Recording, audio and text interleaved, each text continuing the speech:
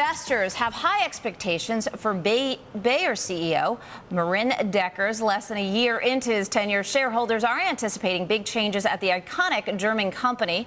Now, that could mean some deals on the horizon. Bloomberg Shannon Pettypiece is here in our newsroom with Mr. Dekkers now for more on his strategy. And Shannon, first things first, you got to make sure you pronounce his name correctly. Well, he does have a great Dutch name. It's Marijn. Yes. And thank you, Lisa. And thank you for joining us, Marijn. Thank you, Shannon. You know, we've been seeing so many deals in healthcare over the past few days.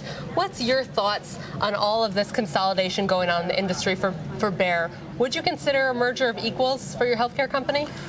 Yeah, we would possibly consider a merger of equals in healthcare, but we are not desperate to do deals in any part of the company, because our major focus over the next years will be organic growth. So a deal you would consider, are there any criteria that you would say you'd be looking for? What would complement Bayer? Well, I think if we would be interested in acquisitions, it would be in healthcare or in crop sciences, particularly the biosciences side of crop sciences. And most importantly would be a company that would help us in our innovation pipeline. So really innovative technology capabilities. And would you consider selling off another area of your business to finance a healthcare deal? Only, I've said this before, in a very, very extreme option that we couldn't finance something that we felt we really needed to do any other way. But there are no plans at the moment to do something like that. Now, the Pfizer CEO is talking today, and I know you can't comment on his strategy specifically, but about selling off some of their non-pharma businesses, focusing on core pharma. Is that a good strategy? Good to become more focused on prescription drugs and less on some of these other areas like animal health or consumer products? Where do you fall in that?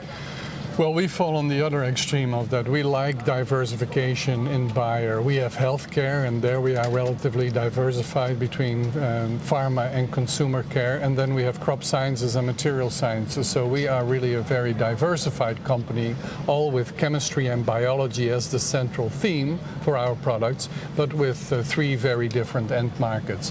And it's been serving us well in terms of an ability to continuously invest over the years. And these big mergers we've seen, mega mergers, is that a good idea for the industry or bad?